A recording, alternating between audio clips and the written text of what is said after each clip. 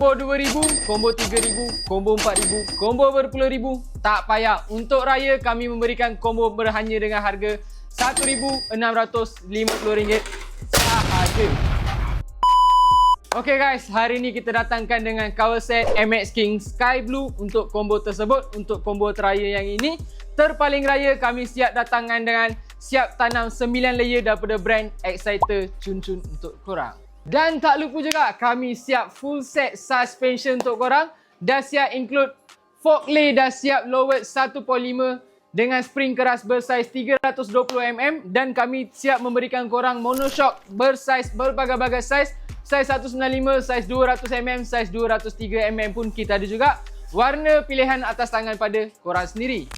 Zaman 2K26 guys, takkan nak pakai arm cutting standard. Kali ni kami memberikan korang arm Kinrek crazy color. Sama juga tetapi kami memberikan korang warna yang serasi. So yang mana-mana nak boleh grab cepat-cepat. Lawa. Okay guys, kami memberikan korang Sporin Superfly Malaysia yang branded, yang ketahanan lasak. Diorang pernah campak daripada 32 meter, tak pernah gelong, tak pernah jadi apa-apa sebab dia punya kualiti memang tahan lasak sangat-sangat.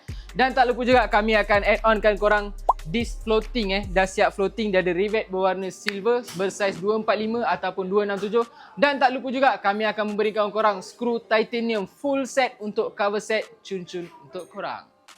Okay guys, sempurna raya nak dekat, puasa pun nak dekat. Jangan risau, kami akan memberikan korang combo terpaling combo raya. Combo yang sangat-sangat murah dan berpatutan dan berbaloi.